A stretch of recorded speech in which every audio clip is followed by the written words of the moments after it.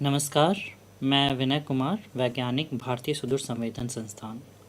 मैं आज आपको बताऊंगा सुदूर संवेदन करने के लिए कौन कौन से प्लेटफॉर्म का प्रयोग होता है और उसके लिए कौन कौन से संवेदक का इस्तेमाल होता है। पहले सुदूर संवेदन की व्याख्यान सुन लें। सुदूर संवेदन वास्तव में बिना पृथ्वी की सतह के संपर्क में लिए पृथ्वी की सतह के बारे में जानकारी प्राप्त करने का विज्ञान है। यह संवेदन विद्युत चुंबकीय विकिरण के संस्करण द्वारा किया जाता है और इसमें हम जो मापन करते हैं वो बहुत दूरी से मापन करते हैं, इसीलिए इसे सुदूर संवेदन कहा जाता है। यह हमें प्रकृति और पृथ्वी के उन तरीकों से देखने और अध्ययन करने में सक्षम बनाता है जो हमारी मानवीय आँखों द्वारा संभव नहीं है। यह बड़ी दूरी पर की मौजूद सतह के बारे में और सामान्य मानवीय आँखों के लिए अदृश्य प्रकाश के तरंग दैर्घ्यों को भी देखने में सक्षम बनाता है। सुदूर संवेदन की प्रक्रिया इस प्रकार है। यहाँ पे हमें ऊर्जा स्रोत की आवश्यकता होती है, जिस ऊर्जा स्रोत से हम विद्युतीय चुंबकीय विकिरण को प्रस्थापित करते हैं और वो पृथ्वी की सतह से जा कर के इंटरैक्ट करता है। उसके बाद कुछ विकिरण जो होते हैं वो परावर्तित होकर के संवेदक में जाते हैं। वे संवेदक जो डिफरेंट तरह के विभिन्न प्रकार के प्लेटफॉर्म पे रहते हैं, जैसे कि कभी कभी आपके उपग्रह में जो संवेदक होते हैं वो उस परावर्तित किरणों को लेते हैं और उस परावर्तित किरणों से जिन आंकड़ों का जन्म होता है उन आंकड़ों को आंकिक प्रतिबिंब का अधिग्रहण केंद्र में हम लेते हैं सिग्नल के रूप में, और उसके बाद उसे दो आयामी चित्र के रूप में प्रस्तुत करते हैं, जिसका प्रसंस्करण होता है और विश्लेषण होता है। इन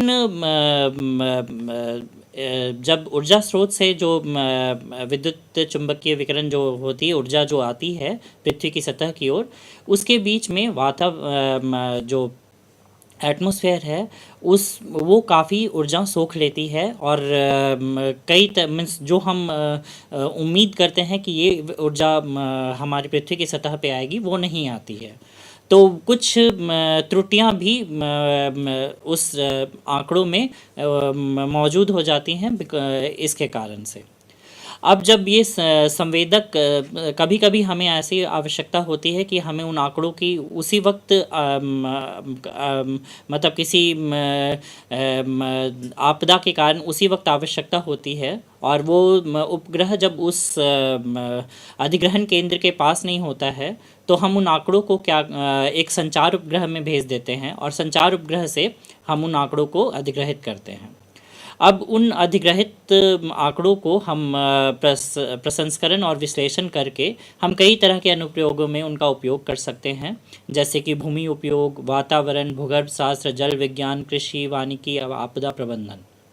आप इस एनिमेशन में देख सकते हैं कि कैसे जब उपग्रह अधिग्रहण केंद्र के पास आता है और ये जो एंटीना है उसके साथ साथ घूमता है, और उसके बाद हम ये आंकड़ों को अधिग्रहित करके उसे प्रसंस्कृत करते हैं।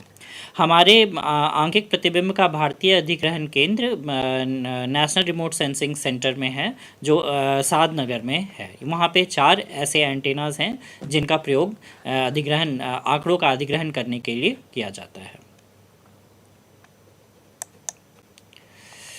अब परिभाषा क्या, संवेदक किसे कहते हैं, प्लेटफॉर्म किसे कहते हैं। संवेदक और प्लेटफॉर्म का उपयोग पृथ्वी के आंकड़ों का अधिग्रहण करने के लिए किया जाता है। संवेदक एक उपकरण है जो विद्युत चुंबकीय विकिरण को रिकॉर्ड करता है।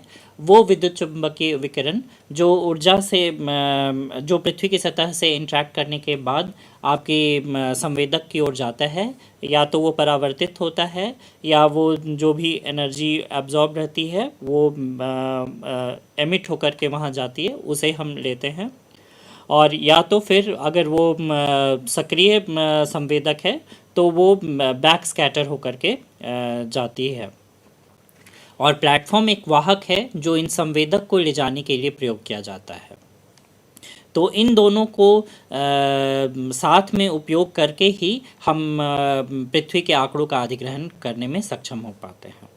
क्योंकि अगर हम एक प्लेटफॉर्म नहीं रखें संवेदक को रखने के लिए, तो जैसे कि अगर हम कैमरा ही इस्तेमाल करते हैं और उस कैमरे से अगर हम तस्वीर लेने की कोशिश करें, तो जब तक हम उसे सही तरीके से नहीं पकड़ेंगे और सही तरीके से स्थापित नहीं करेंगे, तो हम प्रॉपर इमेज जो प्रतिबिंब है वो नहीं ले सकते। किसी भी जगह का चित्र अच्छे से नहीं ले सकते जब तक हम उसे अच्छे से नहीं पकड़े।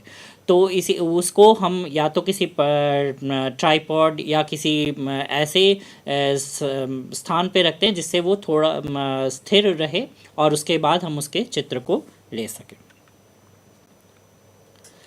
सुदूर संवेदन का इतिहास, पहला जो तस्वीर था 1827 में लिया गया। फिर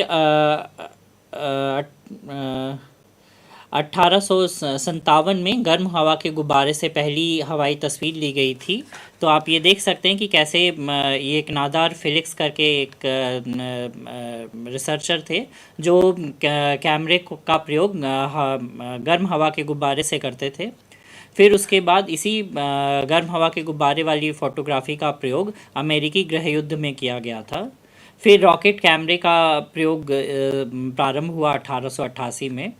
1903 में कबूतर पर लगे कैमरे को पेटेंट कराया गया था। तो आप देख सकते हैं कैसे कैमरे लगे हुए हैं कबूतर की ओर, और ये कबूतर से ली गई तस्वीर है। इसमें आप देख सकते हैं उनके पंख भी दिख रहे हैं। फिर उसके बाद 1906 में पतंग से पहली बार तस्वीर ली गई। तो ये आप ये देख सकते हैं कि कैमरे को कैसे माउंट किया गया था पतंग में, और ये कैमरे से पतंग द्वारा ली गई तस्वीर है। फिर उसके बाद जब हवाई जहाज़ का निर्माण हुआ, उसके बाद विश्व युद्ध 1 और 2 में इन हवाई जहाज़ स्थापित कैमरे का प्रयोग किया गया।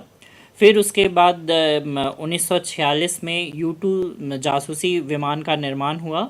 उसके बाद पहला अंतरिक्ष उपग्रह का निर्माण हुआ था स्पुतनिक 1, जो 1957 में हुआ। उसके बाद 1960 में पहला मौसम विज्ञान उपग्रह TIROS को प्रतिस्थापित किया गया था अंतरिक्ष में। उसके बाद 1967 में पहला सुदूर संवेदन का कार्यक्रम जो था वो शुभारंभ हुआ था, जो 1972 में लॉन्च किया गया, जिसका नाम था ERTS। जब उन्होंने श्रृंखला में इन उपग्रह को लॉन्च किया तो उसका नाम उन्होंने लैंडसेट सीरीज़ रखा। और ये पहली तस्वीर है लैंडसेट के द्वारा ली गई, जो डलास 23 जुलाई 1973 में ली गई थी। प्लेटफॉर्म जो है, जो वाहक है, जो संवेदक को ले जाते हैं, वो 3 प्रकार के होते हैं: ज़मीनी आधारित प्लेटफॉर्म, हवाई प्लेटफॉर्म और अंतरिक्ष प्लेटफॉर्म। हवाई प्लेटफॉर्म में आप देख सकते हैं आजकल ड्रोन या UAV का बहुत प्रयोग हो रहा है, क्योंकि वो विमान के कंपैरिजन में वो थोड़ा सस्ता होता है, और आप कहीं पे भी कभी भी आप उसे उड़ा करके छोटे से जगह का सर्वेक्षण करके आप उसे वापस ला सकते हैं। तो आप देख सकते हैं ज़मीनी आधारित प्लेटफॉर्म में यहाँ पर आपने एक क्रेन का इस्तेमाल किया जाता है, जिसके ऊपर आप वो संवेदक को रखते हैं और आंकड़ों का अधिग्रहण करते हैं। और यहाँ पर आप देख सकते हैं ये विमान है, विमान के नीचे कैमरे को स्थापित किया जाता है, जिससे वो पृथ्वी के सतह की तस्वीर ले सके। अब ये उपग्रह का एक एग्जाम्पल है। तो ये उपग्रह कैसे पृथ्वी की ओर रहता है, और ये जो यहाँ पर जो स्वर्ण कलर से, स्वर्ण रंग से दिख रहा है, यहाँ पे ही सेंसर्स लगे हुए हैं। अब आप देख सकते हैं कि उपग्रह, हवाईयान या बैलून, गर्म हवा के गुब्बारे या ड्रोन किन ऊंचाई तक जा सकते हैं और कितने एरिया तक ये आंकड़ों का अधिग्रहण कर सकते हैं। तो यहाँ पे आप देख सकते हैं कि एक टावर है, वो 4.5 किलोमीटर तक को देख सकता है। अगर उपग्रह है जो 800 किलोमीटर की ऊंचाई में है, तो वो बहुत बड़े एरिया का सर्वेक्षण कर सकता है। अब जमीन आधारित प्लेटफॉर्म का उपयोग हम कहाँ करते हैं? यह सतह के बारे में विस्तृत जानकारी अंकित करने के लिए उपयोग किया जाता है, जिसकी तुलना विमान या उपग्रह संवेदक से एकत्र की गई जानकारी से की जाती है। तो क्योंकि विमान और उपग्रह से जो हमने जानकारी एकत्रित की है, वो कितना सही है, क्या है, वो हम बिना ज़मीन आधारित प्लेटफॉर्म के प्रयोग किए नहीं बता सकते। तो इस कुछ मामलों में इसका उपयोग उस लक्ष्य को बेहतर ढंग से चित्रित करने के लिए किया जा सकता है। जैसे कि अगर हमने उपग्रह से या हवाई यान विमान से हमने आंकड़ों को जब कलेक्ट किया, तो आप उसमें ये नहीं बता सकते जैसे कि वो कृषि क्षेत्र है, तो कौन से सी फसल है, वो जब तक हम वहाँ ज़मीन में या फील्ड में नहीं जाएं, तब तक हम उसे नहीं बता सकते। तो बेहतर ढंग से बताने के लिए उस जगह के बारे में ज़मीनी आधारित प्लेटफॉर्म का उपयोग किया जाता है। संवेदक को इस ज़मीन आधारित प्लेटफॉर्म के कुछ जो उदाहरण हैं वो हैं ऊंची सीढ़ी, मचान, ऊंची इमारत, क्रेन आदि पर हम है ना उस संवेदक को रख सकते हैं और आंकड़ों को कलेक्ट कर सकते हैं। हवाई प्लेटफॉर्म जो है वो मुख्य रूप से जो स्थिर विंग हवाई विमान होता है उनका प्रयोग करते हैं। कभी कभी हेलीकॉप्टरों का प्रयोग भी करते हैं, और आजकल मैंने कहा जैसे ड्रोन का उपयोग भी कर सकते हैं। काइट और जो पतंग, मैंने कहा पतंग और गुब्बारे का मैंने एग्जांपल दिया, उनका भी प्रयोग होता है, लेकिन उसमें एक त्रुटि ये होती है कि कभी कभी अगर हवा ज़्यादा हो तो वो स्टेबल नहीं रहता, तो हमारे जो चित्र आते हैं उसमें कई सारी त्रुटियां भी आ जाती हैं। तो हवाई प्लेटफॉर्म का उपयोग तब करते हैं जब बहुत विस्तृत चित्र एकत्रित करना है, जो जिसके और क्योंकि ये बहुत कम ऊंचाई में होती है उपग्रह के मामले में, तो ये ज़्यादा डिटेल में चित्र को प्रदान करता है। और यह कि जब कभी हमें किसी आपदा होती है, तो हमें तुरंत उस जगह के आंकड़े की आवश्यकता होती है, तो हम तुरंत ये हवाई प्लेटफॉर्म को उड़ा करके हम वहाँ के आंकड़ों को संग्रहित कर सकते हैं। अंतरिक्ष प्लेटफॉर्म जो होता है, अंतरिक्ष सुदूर संवेदन में दो तरह के प्लेटफॉर्म का इस्तेमाल होता है। एक होता है अंतरिक्ष शटल, ये होता है जिसमें इंसान बैठ करके अंतरिक्ष तक जा सकते हैं और वह डेटा कलेक्ट करके वापस आ सकते हैं। उपग्रह वो होते हैं जो एक बार पृथ्वी के ऊपर स्थापित कर दी जाती है, तो उसके चारों ओर परिक्रमा करना शुरू कर देती है। तो उपग्रह नाम केपलर ने दिया था, वो वस्तुएं हैं जो किसी अन्य वस्तु के चारों ओर परिक्रमा करती अथवा घूमती है। इस मामले में पृथ्वी के चारों ओर परिक्रमा करती है।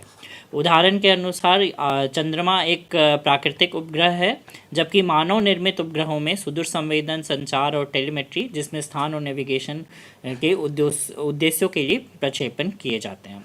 तो ये आप देख सकते हैं, ये अंतरिक्ष शटल है, और ये जो है ये कई सारे उपग्रह हैं जो पृथ्वी के चारों ओर परिक्रमा कर रहे हैं। अब उपग्रह कक्षा के बारे में बताऊंगा। उपग्रह द्वारा अपनाए गए पथ को कक्षा कहा जाता है, और उपग्रह केपलर के नियम के अनुसार चलता है। केपलर ने 3 नियम दिए थे, जिसके अनुसार जो भी उपग्रह पृथ्वी के चारों ओर घूम रहे हैं वो इन 3 नियमों का पालन करते हैं। पहला नियम है, प्रत्येक ग्रह द्वारा अनुसरण किए जाने वाला पथ एक दीर्घवृत्त है जिसमें सूर्य एक फोकस पर होता है।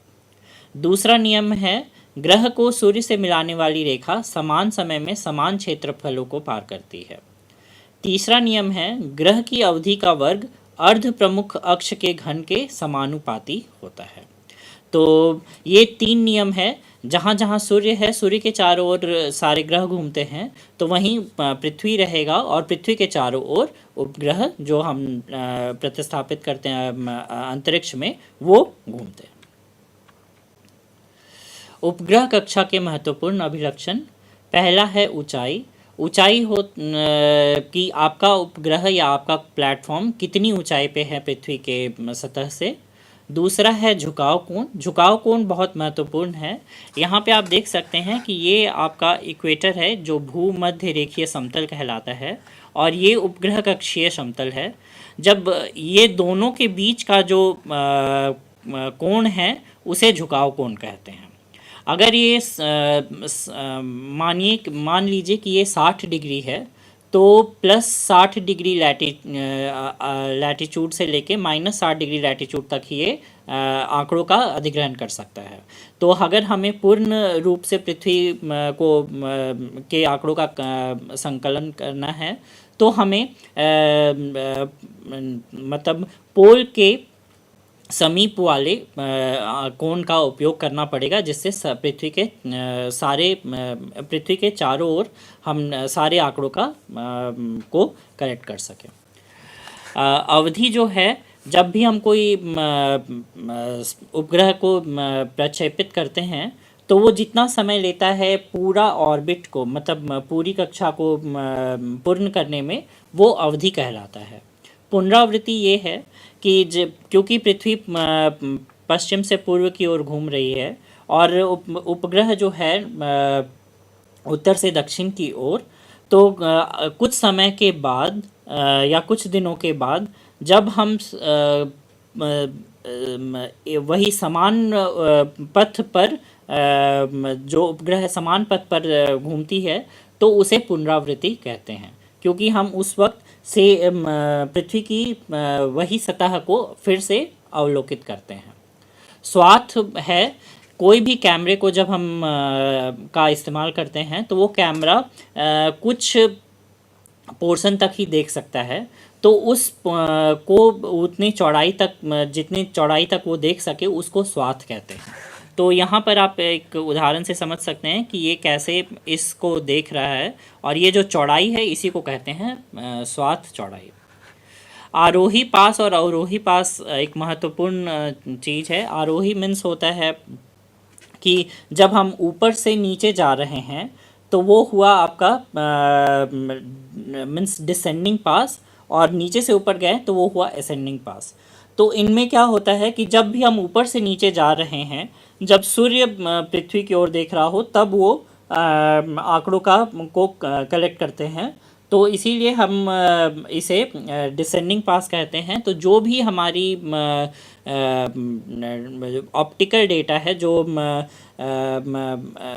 दृश्य से लेकर के अवरक्त तरंगों का इस्तेमाल करते हैं, वो आपके डिसेंडिंग पास में होते हैं। और कई सारे सक्रिय संवेदक हैं जो कि जिनका अपना ऊर्जा स्रोत है, तो वो असेंडिंग पास में भी वर्क करते हैं। पेरिजी और अपोजी है। पेरिजी जो होता है वो सबसे निकटतम पॉइंट होता है ऑर्बिट से उपग्रह का, मतलब उपग्रह कक्षा से उपग्रह का, और अपोजी जो होता है वो सबसे दूर वाला पॉइंट होता है उपग्रह से पृथ्वी का। ऊंचाई के अनुसार 3 कैटेगरीज में बांटा गया है, 3 प्रकार में बांटा गया है कि किस तरह के उपग्रह होते हैं।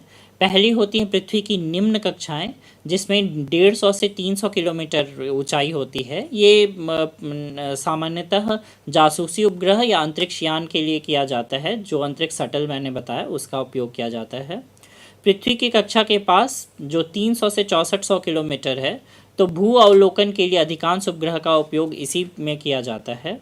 भू स्थिर कक्षा जो हो, भूमध्य रेखा से ऊंचाई 36,000 किलोमीटर के तक रहती है, और ये पृथ्वी के 45% भाग को देख सकती है, और प्रत्येक छवि के लिए इसकी ज्यामिति जो होती है समान होती है। झुकाव कोण, जैसे मैंने आपको बताया कि कौन से अक्षांश तक देखे जा सकते हैं, तो अगर +60 डिग्री मतलब 60 डिग्री झुकाव कोण है तो +60 डिग्री से -60 डिग्री तक ही देखे जा पाएंगे। तो बाकी हिस्सों के लिए इसीलिए हम झुकाव कोण का चयन जो करते हैं वो 80 डिग्री से 100 डिग्री के तक का करते हैं, जिससे हम नियर टू पोल होते हैं, ताकि हम पूर्ण रूप से पृथ्वी का अवलोकन कर सकें। अवधि और रिपीट साइकिल जो होता है, रिपीट साइकिल मतलब हुआ पुनरावृत्ति। अवधि एक पूर्ण कक्षा को पूरा करने का समय, पुनरावृत्ति लगातार दो समान कक्षाओं के बीच का समय जो होता है वो पुनरावृत्ति है। पुनः अवलोकन जो है एक ही क्षेत्र की दो अनुवर्ती छवियों के बीच का समय। तो ये हम कर सकते हैं तब जब क्योंकि जो भी उपग्रह में हम कैमरे को रखते हैं, संवेदक को रखते हैं, तो वहाँ पे ये सुविधा होती है कि हम उस कैमरे को मोड़ करके दूसरे जगह पे भी देख सकें, दूसरे कोनों में मोड़ करके देख सकें। तो इस कारण से हम पुनः अवलोकन भी कर सकते हैं, एक तो पुनरावृत्ति के दौरान और दूसरा कैमरे को दूसरे एंगल में मोड़ करके। इस का तरह से उपग्रह को दो प्रकार में बांटा गया है। भूस्थिर उपग्रह, सूर्य तुल्यकालिक उपग्रह। भूस्थिर उपग्रह की ऊंचाई 36,000 किलोमीटर होती है। कक्षा झुकाव कोण जो होता है वो 0 डिग्री होता है और कक्षा की अवधि सामान्यतः 24 घंटे। और वैश्विक अवलोकन के लिए विभिन्न अक्षांशों पर कक्षाओं में कई भूस्थिर उपग्रहों की आवश्यकता होती है, क्योंकि वो एक ही जगह पे देख सकता है। तो जो दूसरे 45% मैंने जैसे कहा कि देख सकता है पृथ्वी के हिस्से को, तो दूसरे हिस्से को देखने के लिए हमें दूसरे भूस्थिर उपग्रह की आवश्यकता होती है। दोहराए जाने वाले अवलोकनों के लिए ये अच्छा है, क्योंकि हम लगातार उसी हिस्से, पृथ्वी के उसी हिस्से को देख रहे होते हैं, तो इसलिए ये बहुत अच्छा होता है दोहराए जाने वाले अवलोकन के लिए, पुनरावलोकन के लिए। लेकिन स्थानिक रूप से यह आंकिक प्रतिबिंब खराब प्रदान करता है, क्योंकि ये बहुत दूरी से आंकड़ों का अधिग्रहण कर रहा है। तो उससे क्या हो रहा है, जो आपका स्थानिक विभेदन होता है या धरातलीय विभेदन होता है, वो बहुत ही ख़राब होता है, क्योंकि ये बहुत दूर से हो रहा है। और ये जो दूरी, ऊंचाई जो होती है, वो एक पैरामीटर के रूप में इस्तेमाल की जाती है, जो हम उसके विभेदन को परिभाषित करती है। उच्च अक्षांशों पर बड़ी विकृतियाँ होती हैं, क्योंकि पृथ्वी समतल नहीं है, वो थोड़ी मतलब उसमें अर्थ का जो पृथ्वी की जो कर्वेचर होती है वो इंक्लूड हो जाती है। तो जो उच्च अक्षांशों में जो कर्वेचर का पार्ट है वो आ जाता है, जिससे ये विकृतियाँ होती हैं। उपग्रह पृथ्वी की परिक्रमा पश्चिम से पूर्व करता है, क्योंकि पृथ्वी भी उसी दिशा में घूमती है। मुख्य रूप से संचार और मौसम संबंधी अनुप्रयोगों के लिए उपयोग किया जाता है। GOES, मीटियोसैट, इनसैट, जीसैट, ये सब उपग्रह जो हैं वो इसी वो अनुप्रयोगों के लिए इस्तेमाल की जाते हैं। सूर्य तुल्यकालिक उपग्रह को हम निकट ध्रुवीय, निकट वृत्ताकार उपग्रह भी कहते हैं। सामान्यतः इनकी ऊंचाई 700 से 800 किलोमीटर होती है। कक्षा झुकाव कोण, जैसे कि मैंने कहा कि ये ध्रुव के निकट ही होनी चाहिए, तो 98 डिग्री, 97 डिग्री, मीन्स 90 डिग्री के आस से 80 डिग्री से 100 डिग्री के आसपास होनी चाहिए। कक्षीय अवधि 90 मिनट तक लगभग होती है। और उपग्रह की कक्षा अंतरिक्ष में स्थिर है, मूल रूप से उत्तर दक्षिण, और पृथ्वी इसके नीचे घूमती है पश्चिम से पूर्व। स्थानीय समयानुसार सुबह के समय भूमध्य रेखा को, कोई भी उपग्रह जो है, जो सूर्य तुल्यकालिक उपग्रह है, वो भूमध्य रेखा को सुबह के समय में पार करती है। और उपग्रह कक्षीय तल ध्रुवीय के निकट है, और ऊंचाई ऐसी है कि उपग्रह प्रत्येक स्थान को एक ही स्थानीय सूर्य समय पर गुजरता है। तो वैश्विक अवलोकन की सुविधा इसमें है। इसका ये उदाहरण है Landsat, spot, sentinel, IRS, RISAT, ये सब इनके सूर्य तुल्यकालिक उपग्रह के उदाहरण हैं। तो आप देख सकते हैं इस एनिमेशन में कि कैसे पृथ्वी घूम रही है और उपग्रह उनके चारों ओर घूम रहे हैं ऊपर से नीचे। तो उपग्रह की कक्षा उत्तर दक्षिण और पृथ्वी का घूमना पश्चिम से पूर्व की ओर मिलकर पृथ्वी की सतह के पूर्ण अवलोकन के लिए काम करता है। जब यह कक्षाओं का एक पूर्ण चक्र पूरा कर लेता है तो सारी पृथ्वी का अवलोकन हो चुका होता है। सुदूर संवेदक दो प्रकार के होते हैं, परक्रिय सुदूर संवेदक और सक्रिय सुदूर संवेदक। परक्रिय में ऊर्जा स्रोत बाह्य होता है और सक्रिय सुदूर संवेदक में ऊर्जा स्रोत स्वयं संवेदक ही होता है। तो आप यहाँ पे देख सकते हैं इसमें परिक्रिया में सूर्य जो है ऊर्जा स्रोत है, वो ऊर्जा पृथ्वी के सतह पे आ रही है और परावर्तित ऊर्जा संवेदक में जा रही है। इसमें आप देख सकते हैं सक्रिय सुदूर संवेदक में संवेदक के द्वारा ऊर्जा आ रही है और ये वापस होकर के संवेदक में ही जा रही है, तो इसीलिए इसे सक्रिय सुदूर संवेदक कहा जाता है। सक्रिय सुदूर संवेदक सामान्यतः दिन और रात दोनों में काम कर सकता है, लेकिन परक्रिय सुदूर संवेदक दिन में ही काम करता है, केवल थर्मल वाले सुदूर संवेदक को छोड़ दे तो, क्योंकि थर्मल में क्या होता है, जो ऊर्जा दिन में एब्जॉर्ब हो चुकी रहती है वही ऊर्जा वापस एमिट करना शुरू करती है रात में, तो वो ऊर्जा को ही कलेक्ट किया जाता है। अब दो तरह के संवेदक में कैटेगराइज किया गया है, बिंबन संवेदक और गैर बिंबन संवेदक, जिसमें परक्रिय संवेदक है आपके जो सामान्यतः फोटोग्राफिक कैमरा हो गए और जो फ़ोटोज़ खींचने के इस्तेमाल में आते हैं, और ऑप्टिकल स्कैनर्स हो गए, whisk broom scanner, push broom scanner और थर्मल स्कैनर। सक्रिय संवेदक हो गया सिंथेटिक अपर्चर रडार और lidar, light detection and ranging. तो ये सक्रिय संवेदक हैं जो अपने आप ही इनका ऊर्जा स्रोत है और ये आंकड़ों को कलेक्ट करते हैं। तो ये असल में दो आयामी चित्र को प्रदान कर सकते हैं, बट गैर बिंबन संवेदक जो हैं वो दो आयामी चित्र नहीं देते।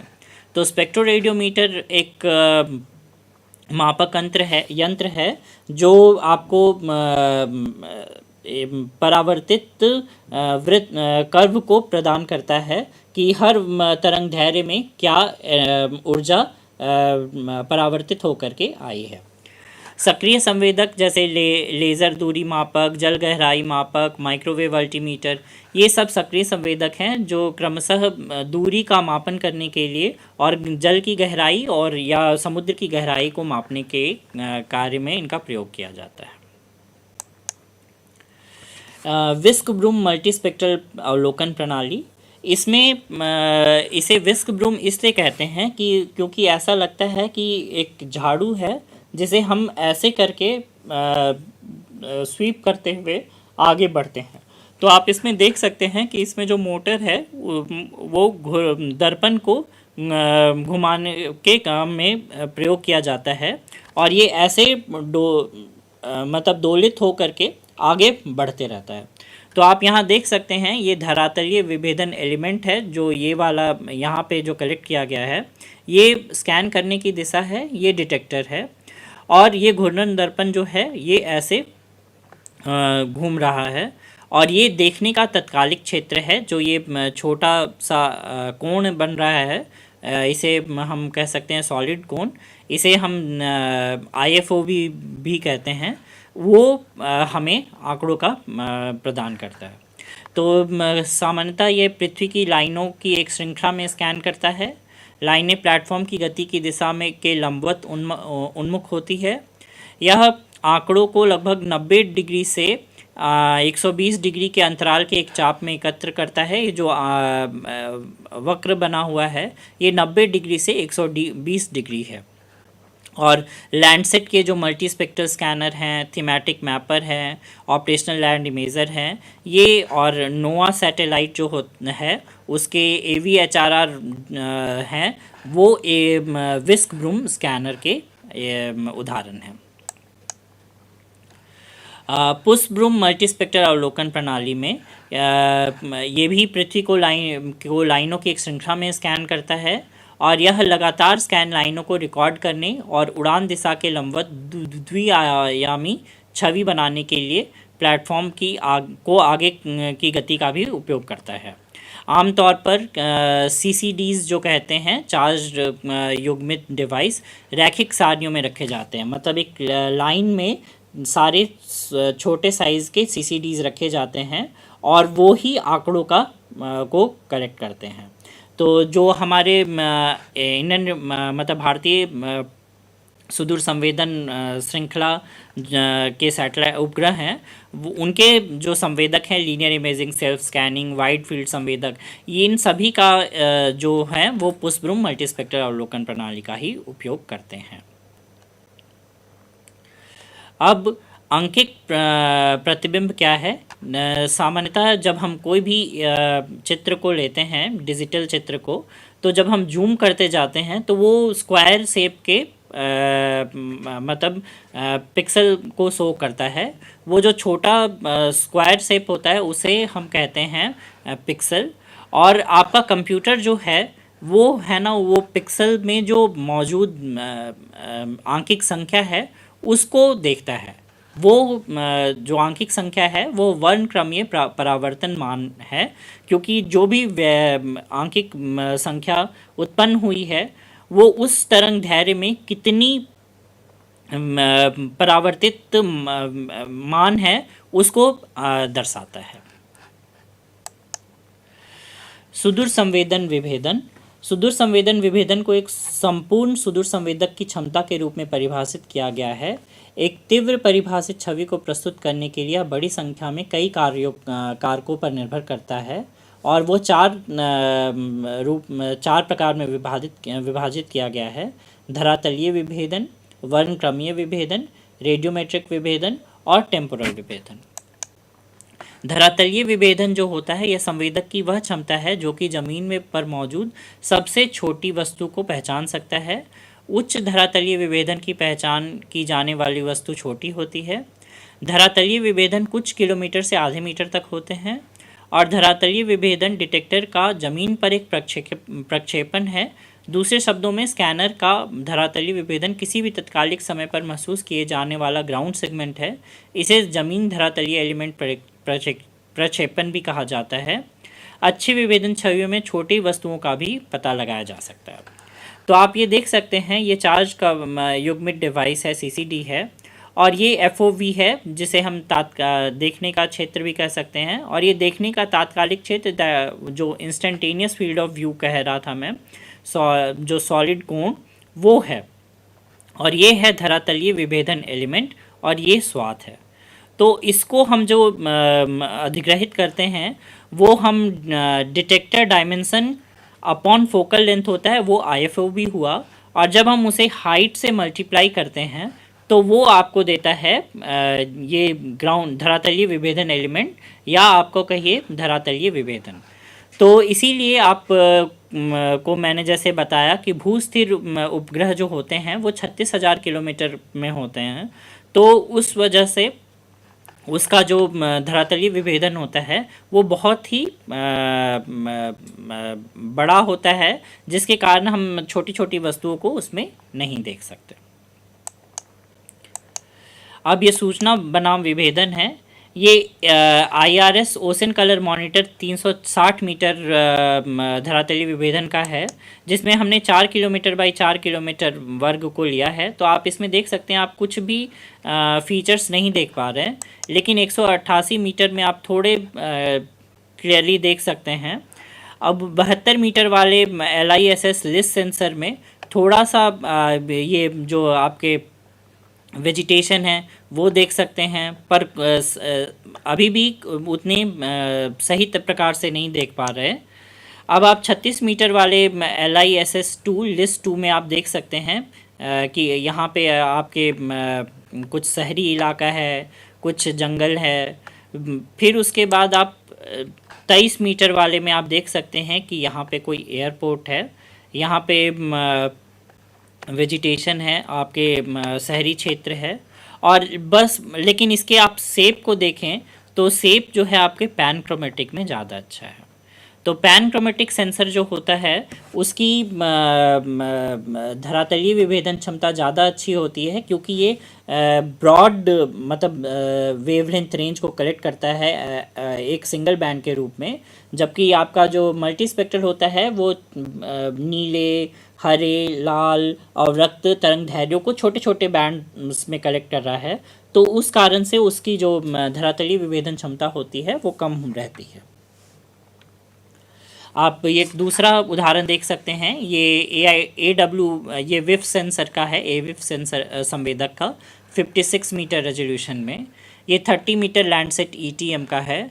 ये LISS-3 का 23.5 मीटर, और ये एस्टर का 15 मीटर, और ये IRS-1C पैन का 5.8 मीटर, और ये आइकॉनोस 4 मीटर, आइकॉनोस मल्टीस्पेक्टर स्कैनर, या आइकॉनोस पैन 1 मीटर। तो आप देख सकते हैं 56 मीटर से लेके 1 मीटर में जो वस्तुएं हैं वो क्लियरली 1 मीटर में दिख पा रही हैं कि ये यहाँ कृषि क्षेत्र है, यहाँ पे शहरी क्षेत्र थोड़े से हैं, मकान बने हुए हैं, पेड़ पौधे हैं, लेकिन आप 56 मीटर में उतनी क्लियरली नहीं देख सकते। यहाँ पे आप 4 मीटर और 1 मीटर में अगर कंपेयर करें तो 4 मीटर में आप देख सकते हैं कि क्योंकि ये मल्टी स्पेक्ट्रल डेटा है तो इसलिए कलर इन्फॉर्मेशन मिल रहा है, लेकिन जो बिल्डिंग के शेप हैं वो क्लियर नहीं है, लेकिन आइकॉनोस पैन में ये बहुत ही क्लियरली दिख रहा है। अब किस तरह की आवश्यकता होती है, कौन से एप्लीकेशन अनुप्रयोग के लिए? तो मौसम विज्ञान के लिए 102 किलोमीटर या 8 किलोमीटर, समुद्र विज्ञान के लिए 300 से 1100 मीटर, भूमि उपयोग में फसल निगरानी, वन मानचित्रण, जल विज्ञान 20 से 30 मीटर, और ये क्षमा करें, ये कार्टोग्राफी है, कार्टोग्राफी और शहरी नियोजन के लिए 2 से 6 मीटर, और सैन्य निगरानी के लिए 1 मीटर से कम धरातलीय विभेदन की आवश्यकता होती है। वर्णक्रमीय विभेदन क्या है? वर्णक्रमीय विभेदन संकीर्ण तरंगदैर्घ्य अंतराल को परिभाषित करने के लिए संवेदक की क्षमता को वर्णन करता है, अर्थात विभिन्न वर्णक्रमीय अंतराल में स्थानिक रूप से खंडित छवि का नमूना देता है, जिससे छवि के वर्णक्रमीय चमक को निर्धारित किया जा सके। तो मैंने जैसे कहा पैनक्रोमेटिक में आपका जो तरंग दैर्घ्य होता है वो पूर्ण अंतराल में, मतलब जितना भी दृश्य अंतराल है ब्लू से लेकर के रेड या ब्लू से लेकर के इंफ्रारेड मतलब औरक, तो उनको एक सिंगल बैंड के रूप में इस्तेमाल किया जाता है, वो पैनक्रोमेटिक है। मल्टी स्पेक्ट्रल में जो होता है वो ब्लू का रेंज अलग, ग्रीन अलग, रेड अलग, मतलब नीला, हरा, लाल अवरक्त तरंगदैर्घ्य अलग अलग होते हैं, लेकिन वो ब्रॉड होते हैं। हाइपर स्पेक्ट्रल में उसको हम और भी संकीर्ण रूप में विभाजित करते हैं कि ब्लू में भी, नीले में भी छोटे छोटे तरंगदैर्घ्य हैं। जैसे कि आप, हमें इसकी आवश्यकता क्यों पड़ती है? जैसे कि आप देख सकते हैं कि आप अगर ब्लैक एंड वाइट कैमरे से अगर आप तस्वीर लें तो आप कोई भी वस्तु को, जो वस्तु कम ऊर्जा परावर्तित करेगी वो बहुत ही काली दिखेगी, और जो बहुत ही ज़्यादा ऊर्जा परावर्तित करेगी वो बहुत ही सफ़ेद दिखेगी। लेकिन अगर हम उसे रंगों के रूप में विभाजित करना चाहें तो हमें डिफरेंट मतलब विभिन्न बैंड्स की आवश्यकता होगी, जिसके इस्तेमाल से हम कई तरह के समग्र चित्र प्रस्तुत कर सके, जो सत्य रूप समग्र हो या आपका सत्य रंग समग्र हो या आपका नकली रंग समग्र हो। तो इसके इस्तेमाल से हम कई सारे वस्तुओं को कई बहुत ही बेहतर तरीके से देख सकते हैं। अब आप देख सकते हैं कि क्यों हमें संकीर्ण तरंगदैर्घ्य की आवश्यकता है। जब भी हम 6 बैंड्स को लिए, 9 बैंड्स को लिए और 150 बैंड्स को जब हमने लिया, कई तरह के डेटा, ये हाइपेरियन डेटा है, ये EO1 ALI डेटा है, ये लैंडसेट डेटा है, तो आप देख सकते हैं कि ये जो वानिकी क्षेत्र है ये आपका यहाँ देखिए पहचान में आ सकता है, लेकिन एक्चुअल में ये कौन सा वानिकी मतलब कौन सी प्रजाति है उसको जानने के लिए आपको हाइपरस्पेक्टर का प्रयोग करना पड़ेगा, जिसमें 150 बैंड्स के लगभग रहते हैं। अब आप क्योंकि हमारे पास बहुत सारे बैंड्स हैं तो उनका प्रयोग करके हम सत्य रंग समग्र और नकली रंग समग्र का प्रयोग कर सकते हैं। हम नकली रंग समग्र का प्रयोग इसलिए करने लगे क्योंकि आप जानते हैं कि नीले रंग को मतलब कि बहुत ज़्यादा स्कैटरिंग होती है, जिसके कारण मतलब वो आपके वातावरण से, एटमॉस्फेयर से काफ़ी अफेक्टेड रहता है। तो इस वजह से हम नकली रंग समग्र का प्रयोग करते हैं। और नकली रंग समग्र सामान्यतः पानी और आपके वानिकी क्षेत्र को बहुत ही अच्छे प्रकार से विभाजित कर सकता है। आप देख सकते हैं हर तरंग दैर्घ्य में परावर्तन भिन्न होता है। तो विभिन्न भूमि वस्तुओं के वर्णक्रमीय हस्ताक्षर आप यहाँ देख सकते हैं। उसके अनुसार आप देखिए, ये हरा प्रतिबिंब जो है, हरे रंग के बैंड का प्रतिबिंब, यहाँ पे जो मतलब मानव निर्मित वस्तुएं हैं जैसे कि सड़क, घर, वो कई बहुत ही क्लियरली दिख रहे हैं। अवरक्त प्रतिबिंब में पानी और जो वानिकी क्षेत्र है वो बहुत ही अच्छे से विभाजित हो रहे हैं। ये अवरक्त प्रतिबिंब है। यहाँ पे आप क्लाउड और स्नो, बादल और बर्फ़ को नहीं विभाजित कर सकते, लेकिन दूर अवरक्त जो कि शॉर्ट वेव इंफ्रारेड बैंड है, उसके इस्तेमाल से आप क्लाउड को देख सकते हैं कि ये सफ़ेद ही रह गया और जो बर्फ़ है वो डार्क दिख रहा है। तो वो इस वजह इसलिए है क्योंकि आप यहाँ देखिए, स्नो और आइस जो बर्फ़ है वो आपका बहुत ही ज़्यादा परावर्तित हो कर रहा है इसमें दृश्य तरंग दैर्घ्य में, और बादल भी। और जब हम आगे की ओर गए तो यहाँ पर आप देख सकते हैं कि बादल अब भी उतना ही लगभग की ऊर्जा परावर्तित कर रहा है, लेकिन बर्फ़ जो है वो कम परावर्तित कर रहा है। इस वजह से दूर अवरक्त प्रतिबिंब ये के इस्तेमाल से हम इन दोनों को क्लियरली आइडेंटिफाई कर सकते हैं। और ये बैंड 6 जो है वो थर्मल बैंड है, ये SWIR बैंड है। यहाँ पे आप देख सकते हैं कि क्लाउड दिख रहे हैं, और यहाँ पे जो मोल्टन मतलब जो लावा ज्वालामुखी से बहते हुए आ रहा है वो आप नहीं देख सकते, लेकिन थर्मल बैंड के इस्तेमाल से हम ये देख सकते हैं। रेडियोमेट्रिक विभेदन, यह संवेदक की वह क्षमता है जो उत्सर्जन अंतर के आधार पर दो वस्तुओं को अलग करता है, या विभिन्न लक्ष्यों के बीच वर्णक्रमीय परावर्तन उत्सर्जन में सबसे छोटे बदलाव को अलग करने के लिए संवेदक का एक महत्वपूर्ण उपाय है। आप यहाँ पे देख सकते हैं कि जो बिट्स का इस्तेमाल हम करते हैं उसकी वजह से, जैसे ये 2 पर पावर कितने बिट्स की संख्या है वो चमक स्तरों की संख्या बताता है। जैसे 1 बिट है तो 2 चमक स्तर होंगे, 2 बिट है तो 4 चमक स्तर होंगे।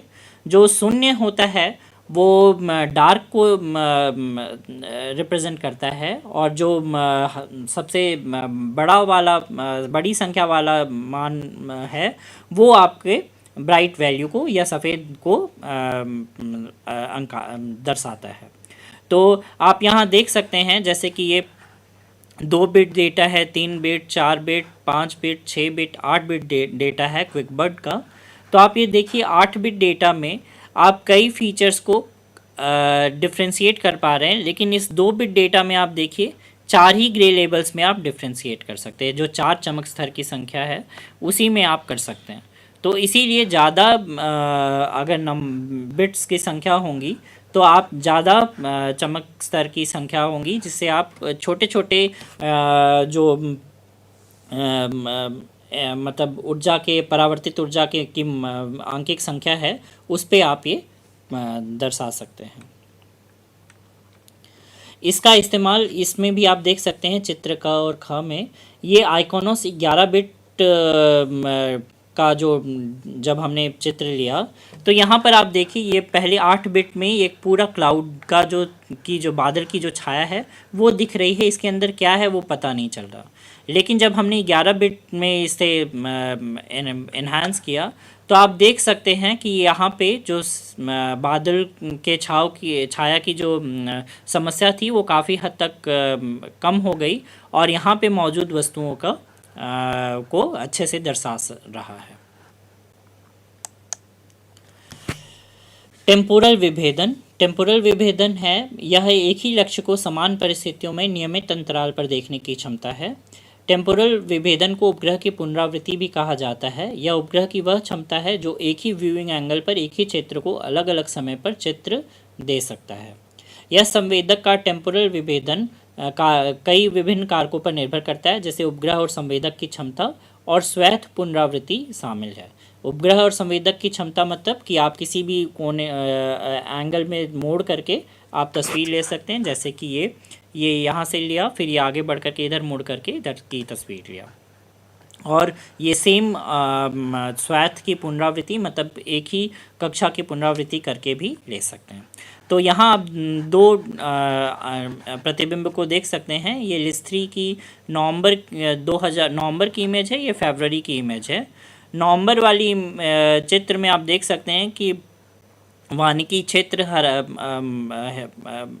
लाल रंग में दिख रहा है, जबकि यहाँ वानिकी क्षेत्र जब ड्राई हो गया है तो कैसा दिख रहा है। तो अनुप्रयोग के अनुसार कैसे टेम्पोरल विभेदन की आवश्यकता है। मौसम विज्ञान के लिए प्रति घंटा बादलों की निगरानी की जरूरत है। समुद्र विज्ञान के लिए 2 से 3 दिन की पुनरावृत्ति। स्टीरियो देखने के लिए 0 से 1 दिन। वनस्पति क्षेत्र की निगरानी के लिए 5 दिन की पुनरावृत्ति। विभिन्न पृथ्वी अवलोकन उपग्रह है। यूरोप, अमेरिका और एशिया में कई श्रृंखलाएं, उपग्रह की श्रृंखलाएं प्रक्षेपित की गई हैं। फ्रांस से स्पॉट श्रृंखलाएं हैं। यूरोपियन स्पेस एजेंसी से अभी सेंटिनल सीरीज़ को किया गया है प्रक्षेपित। यूएसए से लैंडसेट श्रृंखलाओं को किया जाता है प्रक्षेपित। और आइकॉनोस और जो भी उच्च धरातलीय विभेदन उपग्रह हैं वो भी नासा ने किया है लॉन्च। और कई कमर्शियल वाणिज्य उपग्रह हैं, उनका भी वहीं से यूएसए ने ही लॉन्च किया है। कनाडा से राडारसेट श्रृंखलाओं को प्रक्षेपित किया गया है। और भारत से भारतीय सुदूर संवेदन श्रृंखलाओं को लॉन्च किया गया है और कार्टोसैट श्रृंखलाओं को भी लॉन्च किया गया है। जापान से एलोस उपग्रह को लॉन्च किया गया है और ये उनकी एजेंसीज हैं जो उनके उपग्रह आंकड़ों को प्रदान करती है, जैसे NRSC। पहला ऑपरेशनल सुदूर संवेदन उपग्रह जो था वो IRS-1A था और उसके बाद भारतीय सुदूर संवेदन उपग्रह की श्रृंखला लॉन्च की गई। तो IRS-1A से लेकर के अभी हम कार्टोसैट 3 उपग्रह को लॉन्च कर चुके हैं। ये IRS LISS-1 LIS-1 कैमरा की इमेज है। तो आप ये देख सकते हैं कि 72 मीटर धरातलीय विभेदन में कैसे चित्र में दिख रहे हैं वस्तुएं, पृथ्वी की वस्तुएं। और ये IRS LISS-2 LIS-2 कैमरा की चित्र है। ये 36 मीटर में कैसे दिख रहा है। ये चंडीगढ़ शहर का हिस्सा है। ये भी ये लिस-3 कैमरा का प्रतिबिंब है। इसमें आप देख सकते हैं कि ये जो हैदराबाद शहर है वो कैसे दिख रहा है। ये हुसैन सागर लेक है और ये चंडीगढ़ शहर का ही हिस्सा है। पैनक्रोमेटिक IRS पैन कैमरा से लिया गया है 5.8 मीटर धरातलीय विभेदन में। ये IRS विफ्स कैमरे का है। ये आप देख सकते हैं कि इस माउंटेन एरिया, पर्वतीय में बर्फ़ कैसे दिख रहा है। और ये दक्षिण भारतीय एरिया में ये एविफ्स कैमरे का की तस्वीर है, जिसमें बादल भी कैसे दर्शा जा रहे हैं। ये लिस-3 हैदराबाद शहर के हिस्से की छवि है। आप देख सकते हैं हुसैन सागर और ये पुराना एयरपोर्ट जो है वो कैसे दिख रहा है इसमें। और ये सारे शहरी क्षेत्र यहाँ पे कैसे दिख रहे हैं। ये आपके क्षमा करें, कुछ टाइपिंग एरर हुआ है। ये IRS P6 अहमदाबाद क्षेत्र का 5.8 मीटर रेजोल्यूशन पे है। ये कार्टोसैट छवियां हैं जो हैदराबाद, बेंगलोर, ये बेंगलोर का रेलवे स्टेशन है, ये बेंगलोर का विधानसभा और स्टेडियम है। ये कार्टोसैट 2 श्रृंखला छवि किशनगढ़ शहर का हिस्सा है। ये पैनक्रोमेटिक और मल्टीस्पेक्ट्रल के फ्यूज्ड छवि का प्रयोग किया गया है इसको दर्शाने के लिए। और ये भी कार्टोसैट 2 श्रृंखला छवि का है। ये इंदौर शहर का भाग है, होलकर स्टेडियम। और ये कार्टोसैट 3 से लिया गया चित्र है। ये खलीफा स्टेडियम है, कतर में खलीफा स्टेडियम। और ये हैं भारत के भविष्य के मिशन, Resourcesat 3 and 3A, Oceansat 3 and 3A, RS sampler 3S and 3SA, जो 1.1.25 मीटर स्टीरियो इमेजिंग कैपेसिटी के साथ लॉन्च किए जाएंगे। ये उच्च स्थानिक विभेदन उपग्रह हैं जो कई सारे बाहर दूसरे देश के विभेदन उपग्रह हैं। आइकोनोस पहला वाणिज्यिक उपग्रह था जो अंतरिक्ष से दुनिया में कहीं भी अति गुणवत्ता वाली आंकिक प्रतिबिंब देने वाला उपग्रह था। क्विक बर्ड, वर्ल्ड व्यू 1, 2, 3 और 4। वर्ल्ड व्यू जो 4 है वो और 3 वो 30 सेंटीमीटर तक के आंकड़ों को आंकिक प्रतिबिंब को दिला सकता है। GOI जो 1 है वो भी 40 सेंटीमीटर तक के आंकड़ों को प्रदान कर सकता है। स्काईसैट 1, 2, कॉमसैट जो है वो कोरिया में बनाया गया उपग्रह है और ये भी बहुत ही 50 सेंटीमीटर तक के धरातलीय विभेदन को, स्थानिक विभेदन को प्रदान कर सकता है, आंकड़ों को प्रदान कर सकता है। ये आइकॉनों से लिया गया हमारे भारतीय सुदूर संवेदन संस्थान का चित्र है। ये हमारा भारतीय सुदूर संवेदन संस्थान है और ये जो है ये फ्यूज्ड इमेज है पैनक्रोमेटिक और मल्टीस्पेक्टर का 1 मीटर रेजोल्यूशन में। तो आप यहाँ देख सकते हैं कि एक एक बिल्डिंग, एक एक पेड़ कितनी अच्छे तरीके से इसमें दिख रहे हैं। ये फुकुशिमा डाइजी परमाणु ऊर्जा संयंत्र है। यहाँ पे आप देख सकते हैं ये GOI 1 से लिया गया है जब आपदा नहीं हुई थी यहाँ पे। तो यहाँ पे आप देखिए ये बिल्डिंग्स वगैरह ठीक हैं, लेकिन जब वो आपदा हुई उसमें तो आप यहाँ पे देख सकते हैं कि कैसे जो चीज़ें डिस्ट्रॉय हुई हैं वो कैसे दिख रही हैं। ये कॉमसैट 3 और 3A की इमेज और ये वर्ल्ड व्यू 3 और 3A की इमेज है। यहाँ पे आप देख सकते हैं वर्ल्ड व्यू 4 में कार जो हैं उनके रंग भी कितने अच्छे से विभेदित हो सकते हैं। यहाँ पे भी आप देख सकते हैं कि एक एक एयरक्राफ्ट और यहाँ पे जो पार्किंग है, पार्क्ड कार्स हैं वो क्लियरली दिख रही हैं।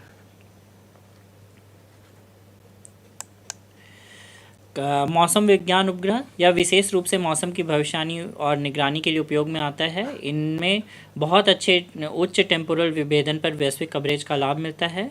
विभिन्न प्रकार के उपग्रह जिनका उपयोग इसके लिए होता है वो इस प्रकार हैं, जैसे नोवा श्रृंखला जो राष्ट्रीय समुद्री और वायुमंडल प्रशासन के नाम पर US द्वारा संचालित है, या निकट ध्रुवीय सूर्य तुल्यकालिक कक्षाओं में परिक्रमा करता है। GOES, मीटियोसैट, इनसैट और GSAT आदि उपग्रह भूस्थिर कक्षाओं में परिक्रमा करने वाली श्रृंखला के उपग्रह हैं। भारत ने GSAT और इनसैट श्रृंखला के उपग्रहों को प्रतिस्थापित किया है जो दूरसंचार और मौसम संबंधी उपग्रह हैं।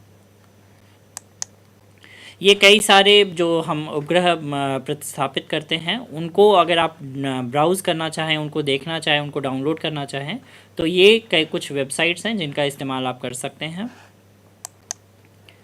धन्यवाद।